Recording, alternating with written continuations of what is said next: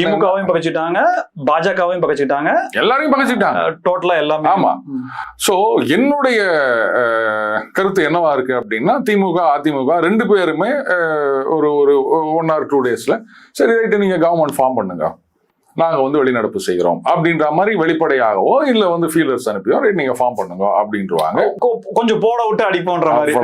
அவ்வளவுதான். ஏன்னா அதுக்கப்புறம் தான் இது திமுகவோ அதிமுகவோ சோர்ந்து போக வேண்டிய நேரமே கிடையாது.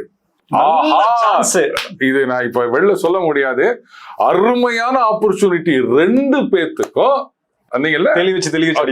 உட்காருங்க செய்யுங்க, என்னென்னவோ செய்யணும்னு சொன்னீங்கல்ல, செய்யுங்க. நாங்க 2500 போடுங்க, மகளிருக்கு ஃப்ரீ பேருந்து கொடுங்க, 6 சிலிண்டர் கொடுங்க, மாமன் சீர் கொடுங்க, இது மாதிரி நிறைய விஷயங்கள் இருக்கு.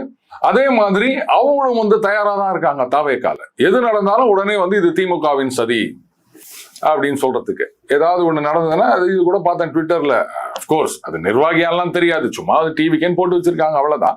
இது மாதிரி பண்றாங்கன்னா அதெல்லாம் நாங்க விசாரணை பண்ணிட்டோம், அது திமுகவினர் அப்படி